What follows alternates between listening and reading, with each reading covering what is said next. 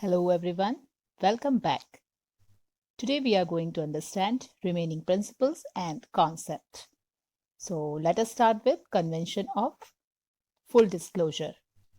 According to the principle of full disclosure, there should be complete and understandable reporting on the financial statements of all significant information relating to the economic affairs of the entity. Apart from legal requirements, good accounting practice requires all material and significant information to be disclosed. Whether information should be disclosed or not always depends on the materiality of the information.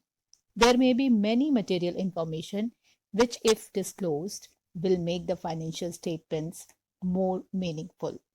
Disclosure of material information will result in better understanding. For example, the reasons for low turnover should be disclosed. Now let us understand materiality principle. The materiality principle refers to the relative importance of an item or an event. According to the American Accounting Association, an item should be regarded as material if there is a reason to believe that knowledge of it would influence the decision of an informed investor. Thus, whether an item is material or not will depend on its nature and amount.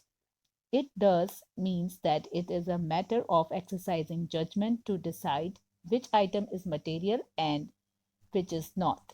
And only those items should be disclosed that have significant effect or are relevant to the user. An item may be material for one enterprise but not be material for another. For example, amount spent on repairs of buildings, say 2,50,000, is material for an enterprise having a turnover of, say, 1,50,000, but it is not material for an enterprise having a turnover of, say, 15 lakh. On the other hand, closure of a production plant, even temporarily, say because of an environmental problem, is material. Now let us see next.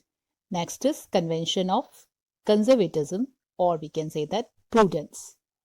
The prudence principle is many a time described using the phrase do not anticipate a profit but provide for all possible losses. In other words, it takes into consideration all prospective losses but not the prospective profits. So, the application of this concept ensures that the financial statements present a realistic picture of the state of affairs of the enterprise and do not paint a better picture than what it actually is.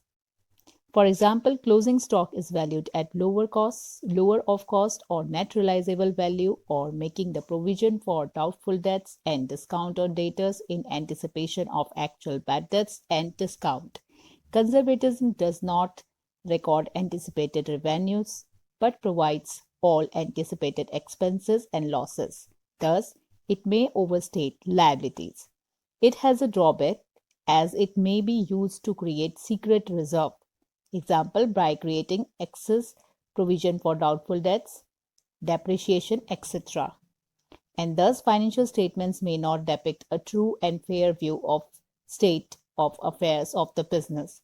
The concept of conservatism needs to be applied with more caution and care so that the results reported are not distorted.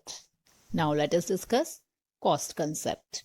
According to the cost concept, an asset is recorded in the books of accounts at the price paid to acquire it, and the cost is the basis for all subsequent accounting of the asset.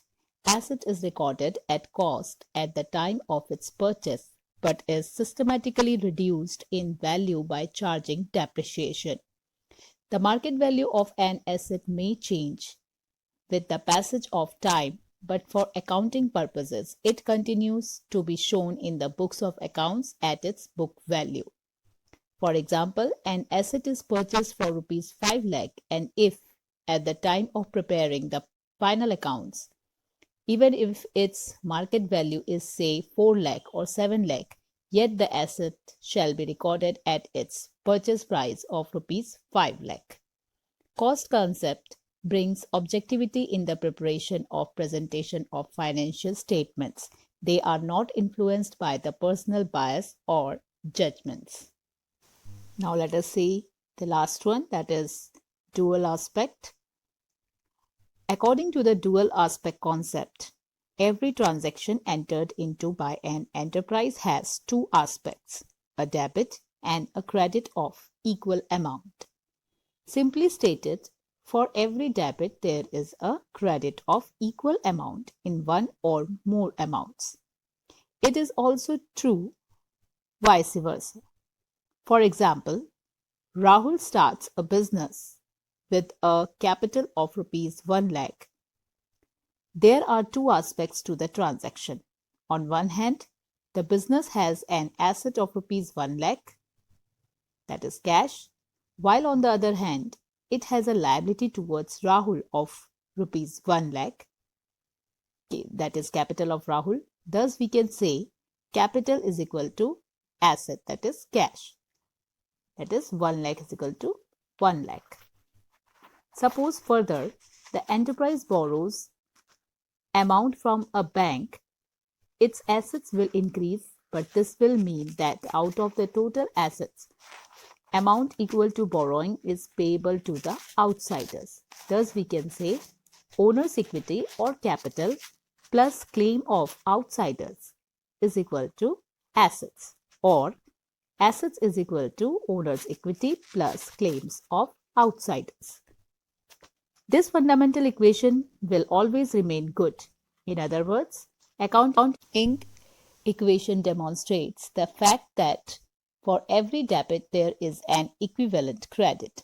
As a matter of fact, the entire system of double entry bookkeeping is based on this concept. So that's all for today. Thank you very much.